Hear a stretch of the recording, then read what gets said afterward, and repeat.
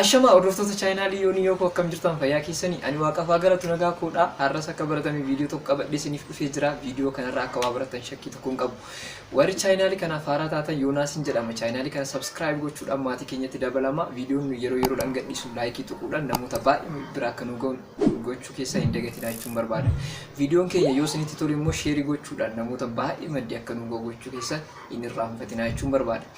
Egaa viidiyoon har'a qabadhee isiniif dhufetti darbuudhaaf jechaadha. Sababoota shamarran dhiirarraa fagaatan qabadhee dhufeen jira. Isteeppiiwwan torbaan tokko kaasnee wajjin hin laalla. Kana turtii gaarii akkasii ta'u shakkii tokko hin qabu. Ana faana tura.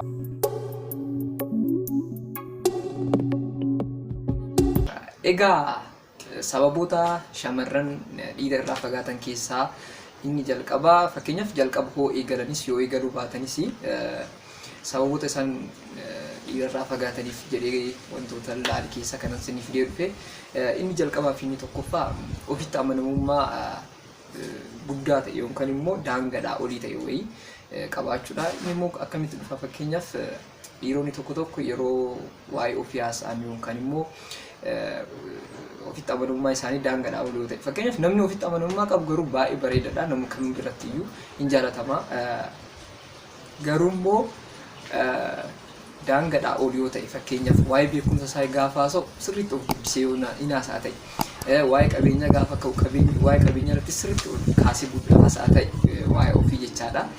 Waa'ee isaa bichaan akka ta'utti nama amanuu kan ta'u ta'e namoota baay'ee miti shamarran biratti namootuma hiriyootuma isaa biratti iyyuu jaalatamummaan isaa baay'ee gadi jalaa bu'aa deema jechaadha. Kanaafuu dhiironni keenya wantoonni gochuu qabdan yoo beekumsa gaariilee qabaatan gahaalee qabaatan shamarran maddiitti sirriitti of mul'isu yookaan of guddisuun keessan sinirraa hin eegamu jechaadha.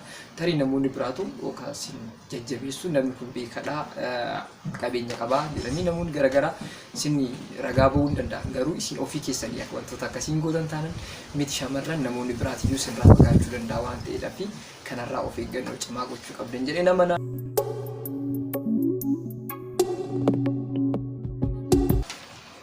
inni lammataa immoo jechaadha dhiira boqonnaa si dhoggoo ta'e fakkeenyaaf akkamitti boqonnaa si dhoggoo kan jennu ta'e fakkeenyaaf osoo jaalalli hin eeganiis haa ta'u jaalalli eegalameetiyyuu namoonni tokko yeroo baay'ee ergaa gabaabaa yeroo baay'ee si erguudhaan bilbiloota garaagaraa sitti baay'isuudhaan jechaadha. Fakkeenyaaf ganama haayisiiniin jedha atillee deebistee fi haayiin jettaanii sanbooda immoo ciree sun nyaachaa jiru barsiisa yaadadheen ciree nyaattu sun argiin baay'ee si yaadeera. Uffata akkamii uffattee jirta suuraa ka'iitii naa ergini wantoota akkanaa yookaan kaasu ta'e namni kun baay'ee biizii gochuu waan danda'uudhaaf waan gochuu dandeechuudhaaf shamarran yeroo kanatti sirraa fagaachuun isaanii oolu jechaadha. Kanaafuu ati wanti gochuu qabdu jechaadha. Fakkeenyaaf teekstii ganama yoo barreessite fakkeenyaaf sa'a boodamlee guyyaatti yeroo 10-20 gochuu keetirra atis jaalala kee ibsuuf hin dandeeche garuu immoo daangata qabuun jechaadha. Fakkeenyaaf ganama haay jetteeni isheen isaa isiin jettee guyyaa irratti immoo miseejii wayii barreessitee fakkeenyaaf osoo si deebisuu baattee galgala irratti bilbiltee fi guyyaa teekstii wayii si barreessan ture iyyuu arginu immoo maal jetteetini akka salphisteetini gaaffii akkasii gaafachuu qabda jechaadha. Garuu caal jetteetuma ganamas galgalas teekstii 10-20 bilbila boqonnaa yoo dhowwite ta'e shamarran sirraa fagaachuu danda'anii sitti dhiyaachuudhaaf baay'ee fedhiin godhatan jechaadha. Dhuma xiqqoo jaalalli wayiitillee isaanirra jiraate sababa kana guutuudhaaf sirraa fagaachuu waan danda'aniif wanta akkanaatirraa of eeggannoo cimaa gochuu qabda jedhee nama. Inni sadaffaan immoo jechaadha sababoota shamarran dhiirarraa fagaataniif jechaadha. Inni sadaffaan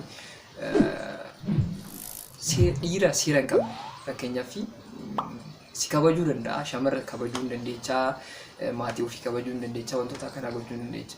Shamarran keessattuu immoo jechaadha wantoota xixiqqaa laalanii boru wanni narra ta'a jedhanii waan amananiidhaa fi fakkeenyaaf iddoo kophee qulqulleeffatu yookaan iddoo leestiroo yoo deemtan fakkeenyaaf wajjin yookaan immoo mana nyaataa wayii osoo wajjin deemtanii Fakkeenyaaf iddoo leestorootti maayidha siira hin qulqulleessitu maal fakkaan goote maal jettee gaafa nama si kophee si qulqulleessaa jiru san tuffattu yookaan immoo muufachiisu si argite taanaan baay'ee sitti aartii boru anaaf jettee waan amantu jechaadha.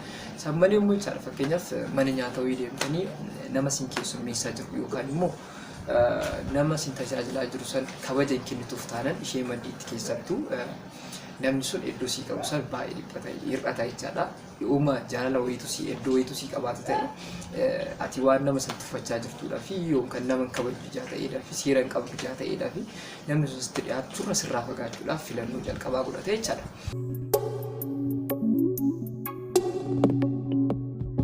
Inni arfaffaa wanta ta'e wayii akka hin taane fakkeessuu. Fakkeenyaaf shamara takka kan walitti dhiyaatan yoo ta'e osuma jaalattu akka nama hin jaalanne wayii gochuu.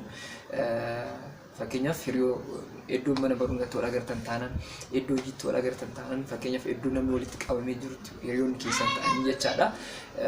Yeroo isheen dhuftu ishee dhiiste deemuu wantoota akkanaa hin agarsiiste taanaan akka waan isheen jaalanne wayii fakkeessite taanaan shamarri sun egaa daa'imni iyyuu iddoo naan qabu yaa ta'eef maal rakkadheen isaa duuba deema jettee waa yaaduudhaaf jechaadha.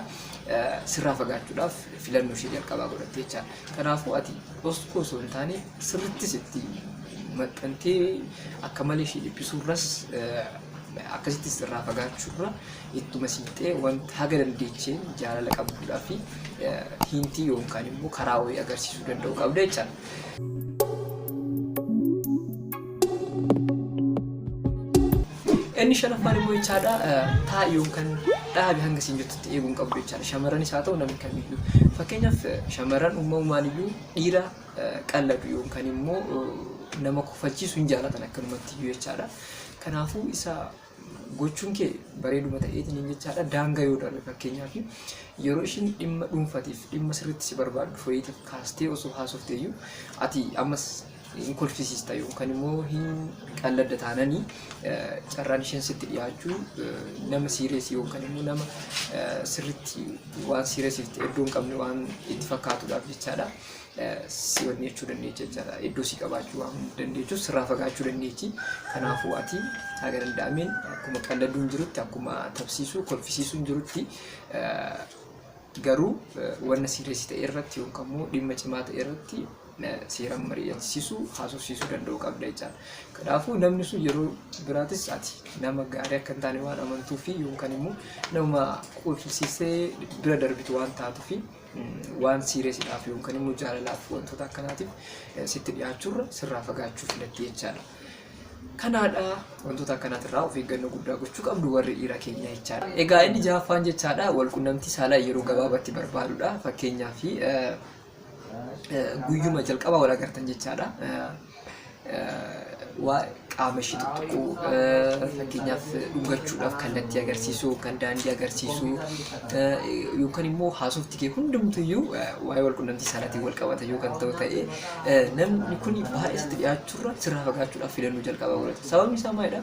Namni kun guyyaa jalqabaati waa'ee kana haasofsiise qaama kee tuttuquu irratti kan hundaa'e haasofni isaa waa'ee kanaatiin kan wal qabate boru akkamitti wajjin jiraadha yeroo dheeraa akkamitti wajjin dabarsa wanta jedhu keessa waan galtuudhaaf jechaadha. Wantoota akkanaatirraa of eeggannoo cimaa gochuu qabna jechaadha warri dhiiraa.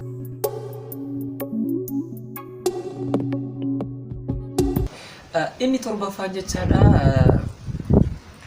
dhiira inaafaa fi to'annaa sitti baay'isu yookaan ta'u ta'e itti baay'isnu yookaan ta'u ta'e shamarran duraa fagaatu jechaadha. Kanammoo jechaadha fakkeenyaaf inaafan tokko bareedni hin jira fakkeenyaaf osuma si wajjin jirtu dhiira biraa osoo laaltee fakkeenyaaf laaltee waa'ee isaa osoo sitti haasoftee xiqqoo si mufachiisuu danda'a. Kun akka inaafattis si inaafsisuu danda'a. Garuu immoo fakkeenyaaf dhiiruma ta'eef bilbila ishee irratti osoo bilbilame fakkeenyaaf yoo bilbilame eenyudha maaf bilbilee wantoota akkanaa gaafii dhiira yoo itti gaggaafanu ta'e namni si nuffaa jechaadha. Kanaafuu fakkeenyaaf kan biraallee hin jira uffata gaarii uffattee yookaan sochootu ta'e maaf bareedde akkatti maal sagantaa maalii qabdaa maal jennee yookaan dhiphisnu ta'e namni sun nutti dhiyaachuurra duraa fagaachuudhaaf filannoo jalqabaa godhata jechaadha wanta akkana. Kanaafuu yoo danda'ame wantoota akkanaa irraa of qusachuu danda'u qabna jechaadha.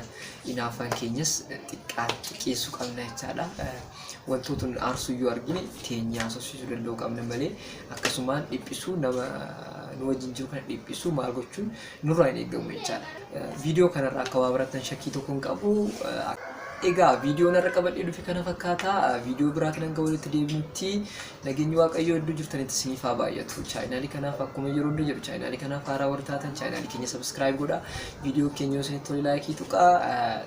Achumaan sheerii yoo dandeechan sheerii nu gochuudhaan nu jajjabeessaa nu cinaa dhaabadhaa jechuun barbaada hordoftoota chaayinaalii keenya. Egaa hanga viidiyoo biraatiin walitti deebinutti nageenyi Waaqayyoo iddoo jirtanitti isiniif haa baay'atu. Nagaan turaa.